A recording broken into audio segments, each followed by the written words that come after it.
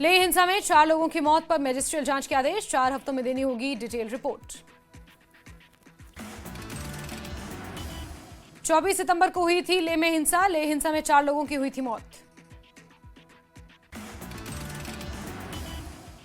Ladakh police ने DGP Ladakh के बयानों को गलत तरीके से पेश करने के मामले में दर्ज की एफआईआर। एक्स पर पोस्ट में लिखा कि एक डीपफेक वीडियो हो रहा है वायरल।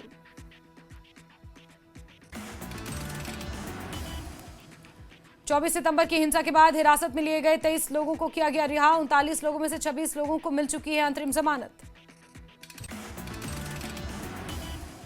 लेह में रिंचेन दादुल की मौत को लेकर स्कूल ने की न्याय की मांग। लेह हिंसा में मारे गए थे रिंचेन दादुल। लेह में 3 अक्टूबर तक इंटरनेट सेवा बंद, कर्फ्यू में दी गई छूट। अब सुबह 10 बजे से शाम 6 बजे तक दुकानें खोलने के आदेश।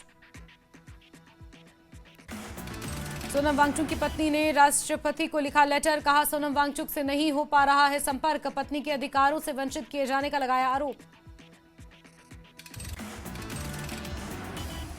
लद्दाख के उपराज्यपाल कविंद्र गुप्ता ने लेह में की एक उच्च स्तरीय बैठक में लद्दाख के हालात की हुई समीक्षा। सभी विभागों और सुरक्षा एजेंसियों के वरिष्ठ अधिकारी रहे मौजूद। कारगिल डेमोक्रेटिक अलायंस के चेयरमैन असगर करबलाई ने बीजेपी पर साधा निशाना, कहा बीजेपी को कांग्रेस को दोष देने से पहले लेफ्टिनेंट गवर्नर और लद्दाख के डीजीपी से पूछना चाहिए। उपराज्यपाल सोनम वांगचुक को गुनहगार बता रहे हैं। असगर ने पूरे मामले की जुडिशियल इंक्वायरी कराने की अपील की। किसने फायरिंग का ऑर्डर दिया उसकी जांच होनी चाहिए। साथ ही मारे गए लोगों के परिजनों को प्रॉपर कंपनसेशन मिलना चाहिए। पीओके में पाकिस्तानी सेना की फायरिंग में अब तक 12 लोगों की मौत, 200 से ज्यादा लोग हुए जख्मी। शाहबाज सरकार और पाकिस्तानी आर्मी चीफ आसिम मुनीर के खिलाफ पीओके में विरोध जारी। पीओके की जनता ने अपने अधिकारों के लिए पाकिस्तान के खिलाफ मोर्चा खोला। कई जगह पाक रेंजर और पीओके के लोगों में झड़प। सोशल मीडिया पर एक वायरल वीडियो में कई घायल पाकिस्तानी रेंजर्स कराते हुए दिखे। पीओके में पाकिस्तानी सेना की बर्बरता का मुद्दा संयुक्त राष्ट्र मानवाधिकार परिषद में भी उठा। यूके पीएनपी के नेता सरदार नाजिर अजीज खान ने पाकिस्तान की सरकार से ज्वाइंट अवामी एक्शन कमेटी की मांगे तुरंत लागू करने को कहा। पीओके में पाकिस्तानी सेना की बर्बरता पर ज्वाइंट अवामी एक्शन कमेटी के नेता शौकत नवाज मीर का बयान, पाकिस्तान की सरकार को डायन बताया। कहा यह ऐसी सरकार जो अपने बच्चों को ही खा जाती है। जेकेसी यानी कि ज्वाइंट अवामी एक्शन कमेटी के केंद्रीय नेता शौकत नवाज मीर ने अपील की कि पीओके में कई जगह निकाला गया मार्च, कई इलाके में आज रहा बंद। मुजफ्फराबाद की ओर कूच कर मार्च पर पुलिस से चलाई गोलियां। तिहाड़ जेल में फिर से भूख हड़ताल पर बारामूला सांसद इंजीनियर रशीद, 2 दिन तक भूख हड़ताल पर रहेंगे रशीद। लद्दाख के साथ बातचीत और कश्मीर पर खामोशी के विरोध में भूख हड़ताल पर इंजीनियर रशीद।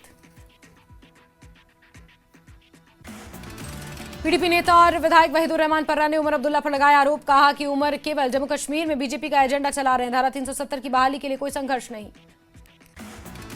पर्रा ने आगे कहा कि स्थानीय कैदियों की रिहाई के लिए कोई प्रयास नहीं कर रहे हैं, ना ही संसाधनों की रक्षा पर कोई ठोस कदम उठा रहे हैं। कश्मीरियों पर पीएसए यूएपीए का इस्तेमाल, उमर चुप है। पर्रा ने यह भी कहा कि मुख्यमंत्री धार्मिक संगठनों पर लगे प्रतिबंध हटाने की मांग नहीं कर रहे हैं। धार्मिक नेता का अंतिम संस्कार रात में जबरन किया गया और उमर चुप है। कश्मीरियों को नौकरियों से बाहर रखने वाली नीतियां लागू हैं और इस पर एनसी चुप है। जम्मू कश्मीर के मुख्य सचिव अटल डुल्लू ने एलओसी टीटवाल में शारदा मंदिर का किया दौरा, अपनी पत्नी के साथ मंदिर में की पूजा अर्चना। किश्तवाड़ के नागसेनी में नेता प्रतिपक्ष सुनील शर्मा ने केंद्रीय विद्यालय के अस्थायी भवन का किया उद्घाटन, लंबे समय से लोगों की चली आ रही मांगों को पूरा किया। श्रीनगर में 25 किताबों पर बैन के मामले में अब हाई कोर्ट में होगी सुनवाई, 3 जजों की बेंच करेगी मामले की सुनवाई। पुस्तकों में अलगाववाद को बढ़ावा देने का आरोप। श्रीनगर में टूर्नामेंट के दौरान राष्ट्रगान का अपमान, पुलिस से 15 लोगों को हिरासत में लिया।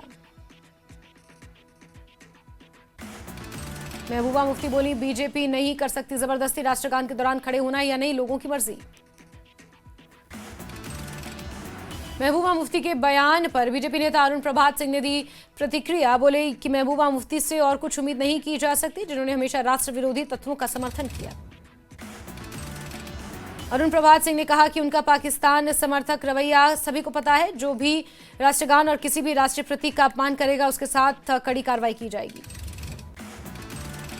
दिवंगत अलगाववादी नेता सैयद अली शाह गिलानी की संपत्ति जब्त करने के सरकार के फैसले का अल्ताफ ठाकुर ने किया स्वागत। कहा भविष्य में भी ऐसे कदम उठाए जाने चाहिए। ये वही लोग हैं जिन्होंने अपने निजी स्वार्थों के लिए 40 सालों तक कश्मीर को तबाह किया। बीजेपी कश्मीर इकाई ने कश्मीरी संस्कृति और भाषा के पतन पर चिंता जताई। स्थानीय कलाकारों के संघर्षों पर भी डाला प्रकाश। माफ कीजिए। कश्मीरी संस्कृति और भाषा और स्थानीय कलाकारों के समर्थन के लिए एक व्यापक नीति की मांग। बडगाम में एनसी सांसद आगा रुहुला मेहंदी ने रक्तदान शिविर का किया उद्घाटन। इस दौरान आगा सईद रुहुला मेहंदी ने अस्पताल में चल रहे निर्माण कार्यों का लिया जायजा। ग्रामीण इलाकों में बढ़ रही स्वास्थ्य सुविधाएं। राजपुरा में सर्जिकल टीम ने दिखाई सफलता। दूर दराज के लोगों को बेहतर इलाज मिलने की उम्मीद। वक्फ को लेकर मुस्लिम पर्सनल लॉ बोर्ड ने भारत बंद को स्थगित किया। 3 अक्टूबर को बुलाए गए भारत बंद को स्थगित किया गया। सांबा में यात्रियों से भरी ऑटो दुर्घटनाग्रस्त हुई। अचानक टायर फटने से अनियंत्रित होकर पलटी ऑटो। त्राल में स्वस्थ नारी सशक्त परिवार अभियान के तहत चलाया गया चिकित्सा शिविर। सीआरपीएफ और उप जिला अस्पताल के सहयोग से निःशुल्क चिकित्सा शिविर आयोजित। महिलाओं के स्वास्थ्य को लेकर त्राल में जागरूकता। सीआरपीएफ और डॉक्टरों ने दी लोगों को सलाह। जम्मू कश्मीर कांग्रेस के कार्यकारी अध्यक्ष रमन भल्ला का स्टेटहुड को लेकर बयान। कहा घर घर जाकर राज्य के दर्जे की अपनी लड़ाई को तेज करेगी कांग्रेस। पीपल्स कॉन्फ्रेंस के प्रमुख सज्जाद गनी लोन का मुख्यमंत्री उमर पर हमला। कहा सलाहकार की नियुक्ति को लेकर भ्रामक खबरें फैला रही। क्या वो शासन चलाने में सक्षम नहीं।